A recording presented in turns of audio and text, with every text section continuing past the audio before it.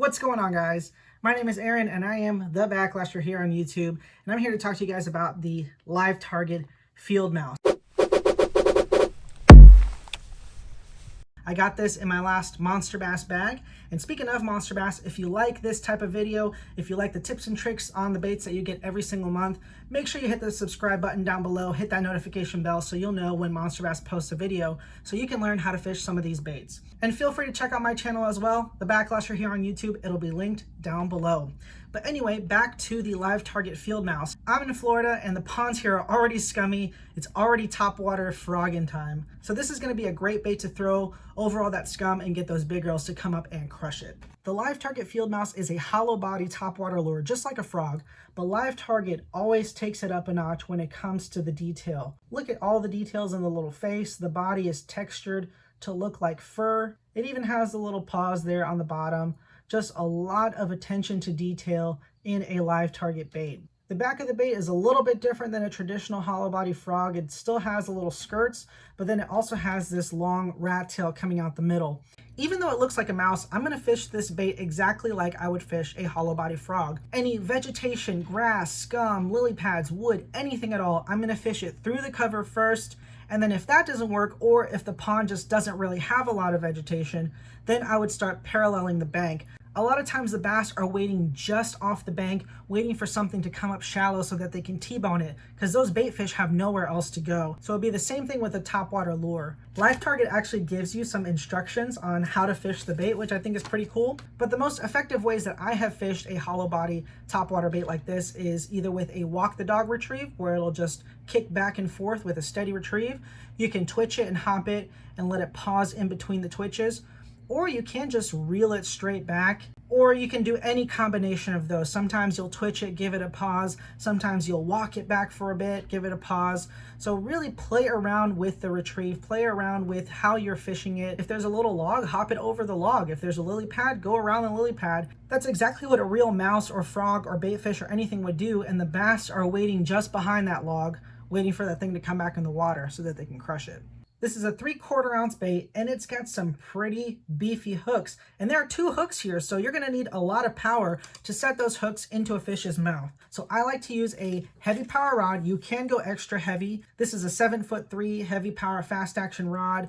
I like 50-pound braid. I have never had an issue with 50-pound braid, but some people do go 65 if they're fishing really thick stuff or lily pads or something like that. If you are around a lot of wood, just be careful with the braid, because the braid can dig into the wood and you could break off your lure. For the reel, there's kind of 2 trains of thought. Some people like to have a faster gear ratio reel so they can get the fish out of the scum as fast as possible. If you're fishing around a lot of wood, you might want to get a faster reel so you can get the fish out of that before they can wrap your braid around the wood. You're never going to get the braid out of there. Some people like a slower reel because they have more winching power to really drag the fish out of the thick stuff. I mean, a lot of times when you catch a frogfish, you're also catching like 8 pounds of grass with it. But let's take this thing out on the water, see what the action is like, see if we can catch some fish with it. I'll see you guys there. All right, guys, made it to the pond. It's about 6:30, so I got a couple hours to fish. We're trying out the field mouse.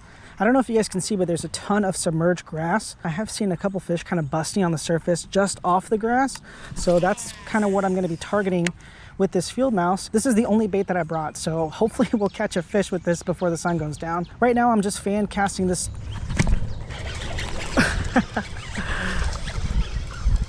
Well, we got a little one. Doing the intro, we got a little dink on the mouse. See how those hooks got turned up?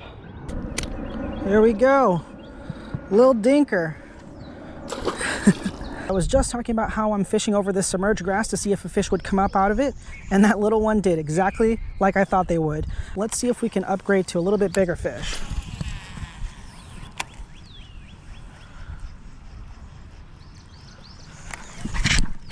Oh my God, I hope you guys saw the wake that this fish made to get this mouse.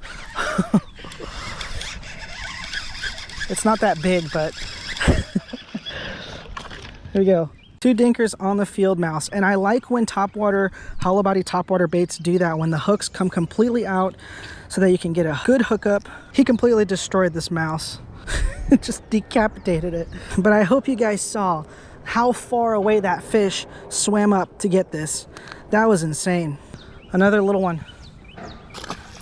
Here's what they're hiding in, guys. All this grass and weeds. I don't know what this stuff is, but this is why you need 50-pound, sometimes 65-pound braid, so you can get your fish and your lure out of that stuff. All right, we're trying to upgrade here, guys. Upgrade. Something bigger. Even with the straight retrieve, that tail, that long tail in the back, is swimming behind it. So it does have a little subtle action just behind the bait.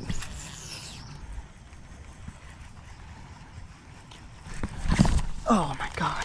I just realized that my tail popped off. Oh no. At least it still walks even without the tail.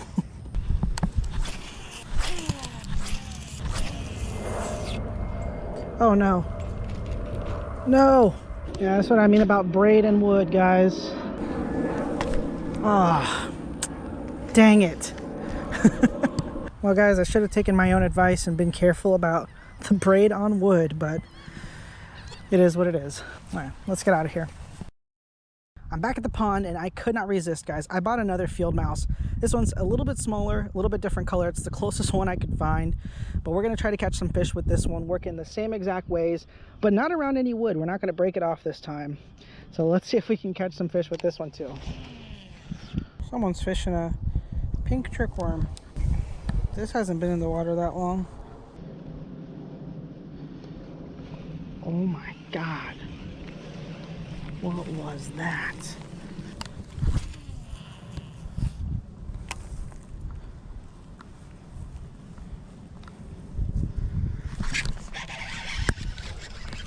That must have been the same fish. That's a good fish.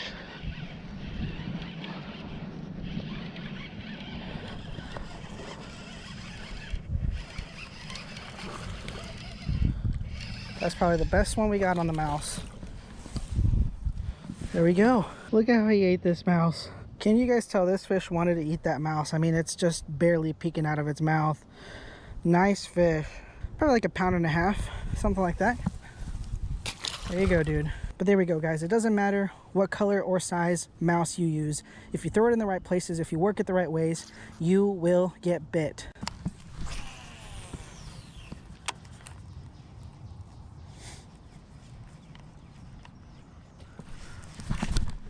That was a big blow up. That's a big fish. Oh my God. Oh my God, you guys, that's a big fish. Maybe not. Maybe it just feels a lot bigger. That's a nice one though. Don't you do it. Don't you do it. Don't you do it. Don't you do it. That's a good fish. That's a nice fish. Oh, oh my God. Look at that. Look at that. Skin hooked. Freaking skin hooked. I can't get him in the full frame, but we're gonna weigh him. 3-pounder, 3.3. 3-pounder on the mouse. Yes.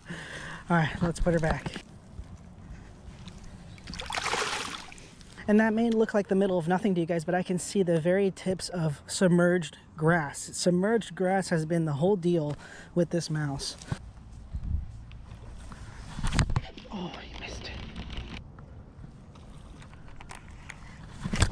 Oh, I had my hand down.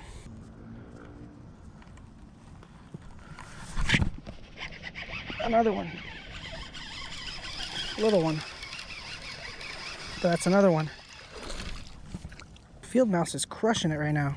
And just like the other mouse, the hook came completely out of the bait to make sure they can't throw it. This one's a little guy, but still fun to catch on the mouse.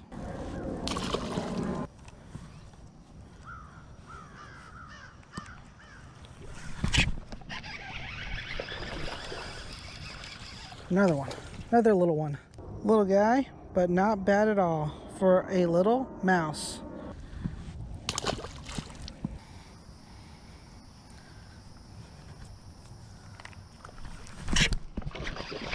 Dang. Oh, it came off. I'm telling you guys, submerged grass is where it is at.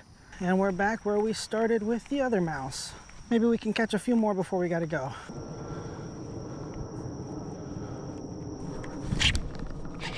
That was a slurp. Oh, that's a big fish. Oh my gosh. That's a big fish. I think that's bigger than that other one.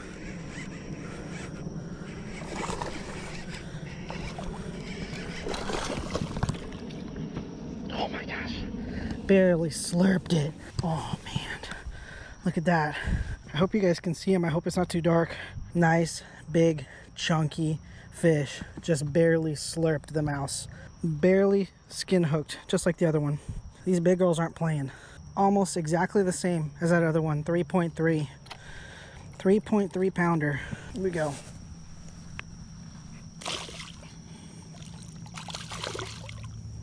It might be too dark for you guys to even see anything. Let's see if we can get a couple more at least before we gotta go.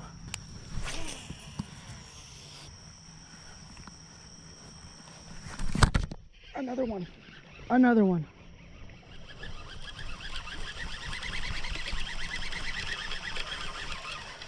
Man, this one wanted this mouse. Oh my God.